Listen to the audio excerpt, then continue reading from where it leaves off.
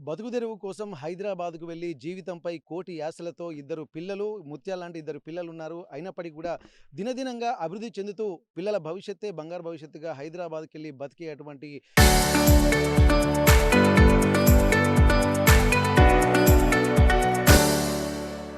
పరిస్థితులు ఈ రోజుల్లో మనకు కనిపిస్తున్నాయి. కానీ అట్లాంటి నేపథ్యంలో గూడా ఇక్కడ తల్లిదండ్రులు పిల్లలపై ఎన్నో ఆశలు పెట్టుకుంటారు. కానీ ఆశలు పెట్టుకున్నటువంటి ఆ పిల్లలకు తల్లిదండ్రులే లేకుండా పోతున్నటువంటి పరిస్థితి. ఇక్కడ ఏ సమస్యలు ఏమైనా గానీ పిల్లల్ని దృష్టిలో పెట్టుకొని మనం బతకాలి తప్ప ఇద్దరు తల్లిదండ్రులు పిల్లల్ని అనాథల్ని చేసి బలవన్మరణానికి పాల్పడ్డారంటే దాని వెనుక కారణాలేందనేది గూడా తెలుసుకోవాల్సినటువంటి అవసరం ఉంటుంది. తాజాగా ఘట్కేసర్ సమీపంలో ఇక్కడ రైలు పట్టాలపై ఇద్దరు భార్యాభర్తలు ఇక్కడ బలవన్మరణానికి పాల్పడడం రాష్ట్ర వ్యాప్తంగా సంచలనం సృష్టించింది.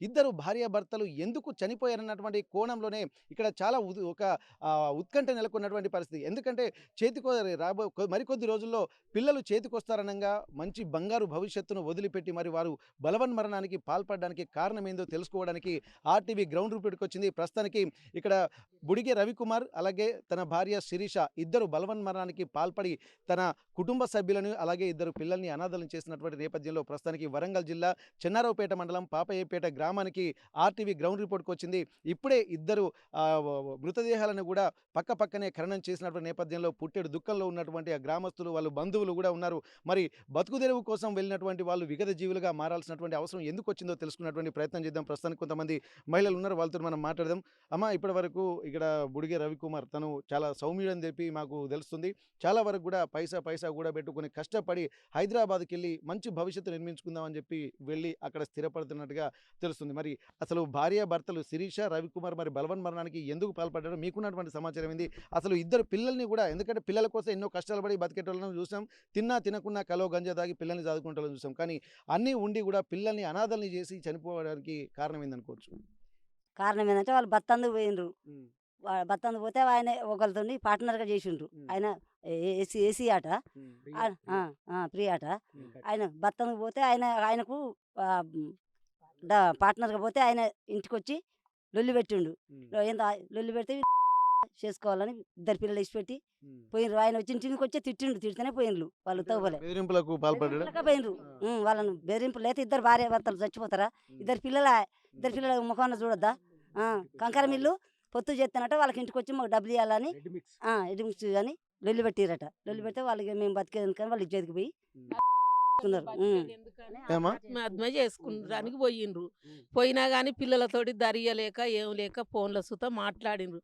తమ్ముడా తమ్ముడిని మంచిగా చూసుకో, హ్మ్. నేను వెళ్ళిపోతాను, అమ్మ నేను పోతాను అంటే, అమ్మ నువ్వు ఎక్కడికి పోతావు అమ్మ, నువ్వు ఇంటికి రా, దేనికి పోతాండ్రు ఏం కథ, వాళ్ళు తిట్టిండ్రమ్మ, వాళ్ళు తిడితే నలుగురిని కూడేసి అడుగుదాం రారమ్మ హ్మ్. అన్నా కానీ వాళ్ళకు మనసుకు బాగా అయ్యింది. హ్మ్.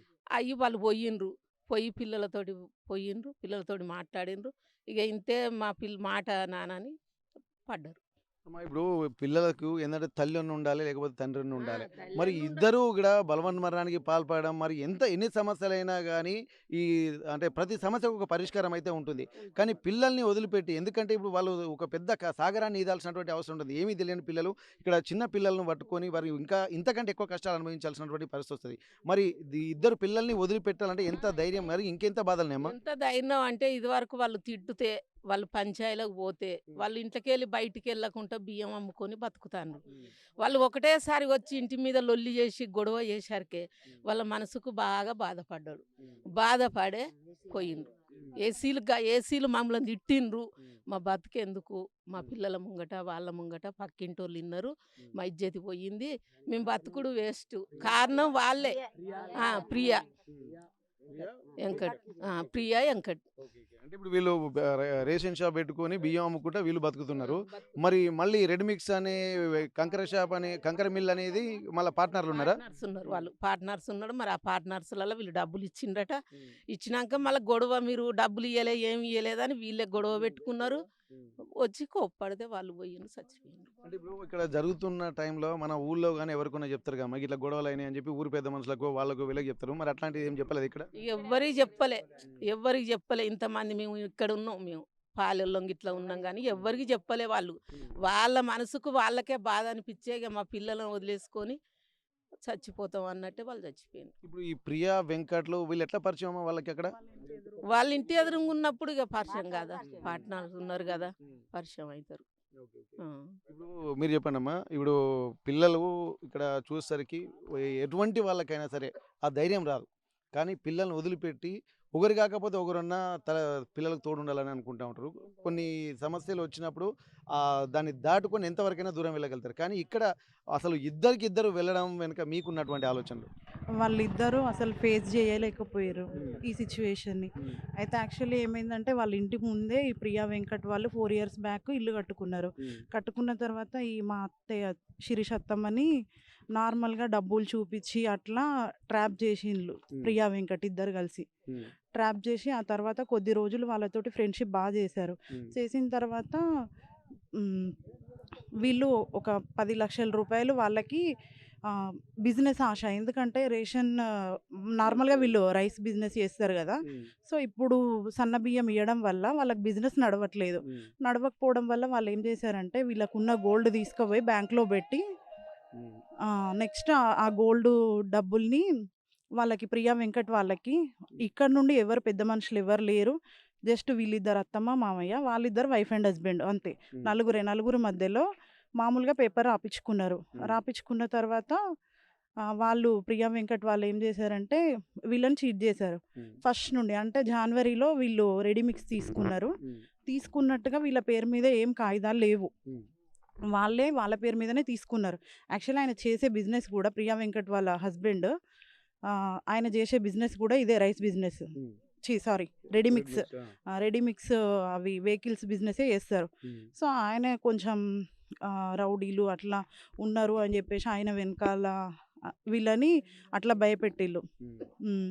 భయపెట్టి ఇద్దరిని ఇంటికెళ్ళి తిట్టి వాళ్ళను మానసికంగా ప్రెషర్ చేశారు. హ్మ్. అంటే యాక్చువల్‌గా ఒకసారి మా అత్తయ్య నాతోటి ఏమనిందంటే, "అరే! మాకు వీళ్ళతోటి అసలు ప్రెషర్ ఉందిరా. ఇక్కడ ఇల్లు అమ్ముకొని వెళ్ళిపోతే బాగుండేది" హ్మ్. అని చెప్పేసి అనింది. హ్మ్. ఆ తర్వాత మా ఇంటికి ఒక 10 డేస్ బ్యాక్ వచ్చారు. హ్మ్. గుంజేడు ముసలమ్మ జాతరకి ఎళ్లారు. హ్మ్. మళ్ళీ వచ్చాము. హ్మ్. రిటర్న్ అదే రోజు ఎళ్ళిపోయారు. హ్మ్. ఎళ్ళిపోయిన తర్వాత ఇంకా అక్కడ ఏం జరిగిందో తెలీదు. హ్మ్. జస్ట్ వీళ్ళు కోడానికంటే ఒక డే బిఫోర్ నేను మాట్లాడాను వాళ్ళతోటి. హ్మ్. మాట్లాడినప్పుడు వాళ్ళేమన్నారంటే క్యాజువల్‌గా మేము కొత్త ఫ్రిడ్జ్ తీసుకుంటున్నాంరా ఈరోజు అత్తయ్య షాప్‌కొచ్చింది అని చెప్పేసి మా మామయ్య హ్మ్. చెప్పారు, మాట్లాడారు. మా మామయ్య దిల్‌సుఖ్ నగర్‌లో ఫ్లాట్ తీసుకుంటే బాగుండేది. అక్కడ నచ్చట్లేదు అని చెప్పేసి మాట్లాడారు. హ్మ్. అంతకు మించి ఇంకేం మాట్లాడలేదు. కానీ హ్మ్. వాళ్ళిద్దరూ హ్యాపీగా ఉన్నట్టే ఉన్నారు. ఆ రోజు వరకు గూడా. హ్మ్. ఇప్పుడు మా దగ్గరకొచ్చిన తర్వాత మధ్యలో ఒక 2 టైమ్స్ నేను మాట్లాడాను. హ్మ్. అప్పుడు హ్యాపీగానే ఉన్నారు. దాని తర్వాత ఈ ప్రియా వెంకట్ ఎవరైతే ఉన్నారో వాళ్ళ వైఫ్ అండ్ హస్బెండ్ వీళ్ళింటికొచ్చారు. వీళ్ళింటికొచ్చి వీళ్ళని బెదిరించారు. హ్మ్. ఎలా అంటే డబ్బులివ్వమని వీళ్ళడిగారు. హ్మ్. అడిగిన తర్వాత వాళ్ళేమన్నారంటే మేము డబ్బులివ్వము. హ్మ్. ఆహ్, ఎందుకంటే వాళ్ళు ఓన్లీ సింగిల్‌గా చేసుకున్నారు గదా! మధ్యలో ఎవరు లేరు గదా! పెద్ద మనుషులు గాని ఎవరు లేరు గదా! హ్మ్. సో, కాబట్టి డబ్బులివ్వము అని జెప్పేసి వాళ్ళన్నారు. అని వాళ్ళని బెదిరింపులకు గురి చేసిర్రు. అంటే ఇప్పుడు ఏదన్నా ఒక రూ. 1,00,000 50,000 ఇచ్చినా ప్రామిసరీ నోటో ఏదైనా రాసుకుంటారు కదమ్మా! మరి ఎందుకంటే 10,00,000 వరకు ఓకే. గూడా ఓకే. దానికి ఇచ్చారని చెప్పి అంటున్నారు గదా! వితౌట్ ఎవిడెన్సు ఎవరు గూడా ధైర్యం చేయలేరు గదా! మరి అట్లాంటప్పుడు వీళ్ళని ఎలాంటి ప్రలోభాలకు గురి చేశారనుకోవచ్చు? చెప్తాను.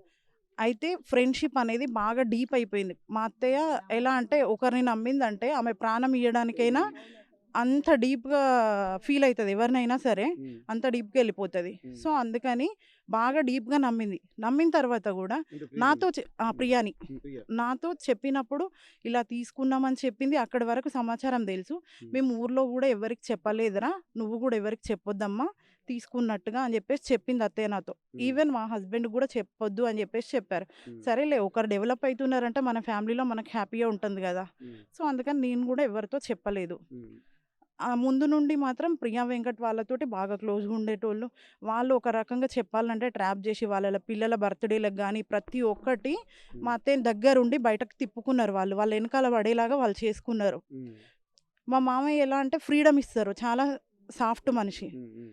ఆ ఫ్రీడమ్‌ని వాళ్ళు క్యాచ్ చేసుకొని మిస్‌యూజ్ చేశారు మా అత్తయ్యని హ్మ్. మధ్యలో పెట్టుకొని. మా అత్తయ్య దగ్గర ఉన్న గోల్డ్ గానీ అదంతా వాళ్ళు హ్మ్. చూసారు. చూసి డబ్బు ఆశ ఇంకా ఎక్కువ డబ్బులొస్తాయి. మీకు నెలకు రూ. 50,000 ఇస్తాము. హ్మ్. మీరు ఇందులో ఇన్వెస్ట్ చెయ్యండి అని జెప్పేసి హ్మ్.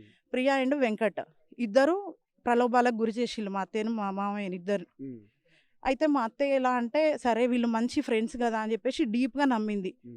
నమ్మిన తర్వాత వీళ్ళు ఇన్వెస్ట్మెంట్ చేసిళ్ళు దాంట్లో. చేసిన తర్వాత నుండి ఇప్పటి వరకు వాళ్ళు జనవరి 1 కల్లా తీసుకున్నారు వెహికల్. ఇప్పటి వరకు కూడా అసలు వెహికల్ తీసుకున్నారా లేదా అనేది కూడా వీళ్ళ క్లారిటీ లేదు. ఎందుకు అనంటే వాళ్ళు డబ్బులు తీసుకున్నారు కదా వీళ్ళ దగ్గర నుండి. జస్ట్ ఒక పేపర్ రాసుకున్నారు, డబ్బులు తీసుకున్నారు. ఆ వెహికల్ కూడా వీళ్ళ పేరు మీద లేదు. తీసేసుకొని వాళ్ళే రివర్స్లో బ్లాక్మెయిల్ చేయడం స్టార్ట్ చేశారు. ఇన్ని రోజులలో కూడా వీళ్ళకి 1 MP కూడా వాళ్ళ నుండి ఇవ్వలేదు, మా అత్తయ్యకి మా మామయ్యకి. బట్ మా అత్తయ్య మామయ్య 10 లక్షల రూపాయలు గోల్డ్, ఆమెకున్నటువంటి గోల్డ్ మొత్తం తాలిబొట్టుతో సహా, తాలిబొట్టు, లాంగ్ హారము, కమ్మలు, మాటీలు ప్రతి ఒక్కటి బ్యాంక్లో కుదుగా పెట్టుకొని వాళ్ళకి డబ్బులు ఇచ్చింది.